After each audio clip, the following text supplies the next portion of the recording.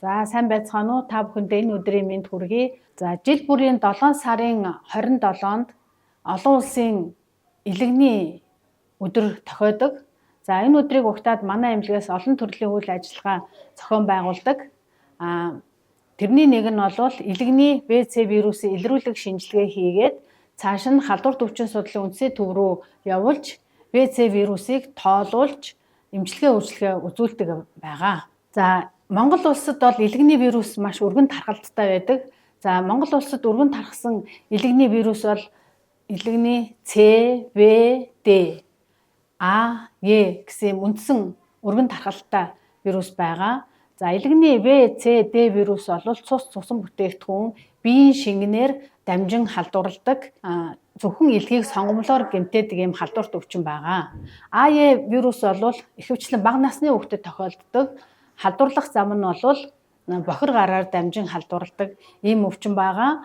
А, Е вирус бол нэг архагшиг нь бол байхгүй, хурцаар өвдөд эдгэрдэг вирус байгаа. В, С, Д вирус бол халдвар аваад хурцаар өвдөд эсвэл далд хэлбэрээр өвдөд хүний биед архагшиж элгийг гэмтээдэг ийм вирус байгаа. Элэгний В, С вирус ихэвчлэн хүмүүст архаг хэлбэрээр тохиолддог.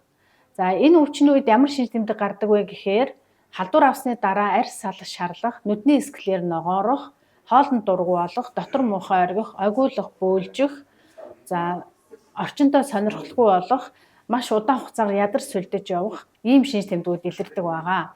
Ийм шинж тэмдэг илэрсэн үед та бүхэн ВЦ вирусын илрүүлэг шинжилгээнд хамрагдаад илрүүлэг шинжилгээнд хэрвээ вирусын халдвар авсан байх магадaltaй байна гэсэн эсрэг бие илэрх юм бол та бүхэн вирус тоолох шинжилгээнд хамрагдаад нарийн мэргэжлийн эмчид үзүүлж зөвлөгөө авах хэрэгтэй. За та бүхэн элэгний ВЦ Д вирусээс урьдчилан сэргийлэх зорилгоор дархлаажуулалтанд хамрагдах шаардлагатай. Ялангуяа төрсний дараа 24 цагийн дотор В вирусын дархлаажуулалт хийгддэг. 1997 оноос хойш бол В вирусын дархлаажуулалт явагдаж байгаа. За тэгээд энэ вирусын дархлаажуулалтанд хамрагдсанаар та бүхэн В вирусээс хамгаалагдана. Сонгон архын дүүргийн эрүүл мэндийн төв нь вирус хепатитын эсрэг өдөрт болон байнгын үйл ажиллагаанд хэвшил олгосон зүйл маань С вирусын илрүүлэх шинжилгээнд хамрагдаад вирусын халдвартай гарч ирсэн хүмүүсийг вирус тоолох шинжилгээнд хамруулад тэгээд халдвартын эмчтээр вирус эдгэрүүлэх сопосвир, лидипасвир эмээр эмчилж байгаа тул та бүхэн ирж эмчилгээндээ хамрагдана уу.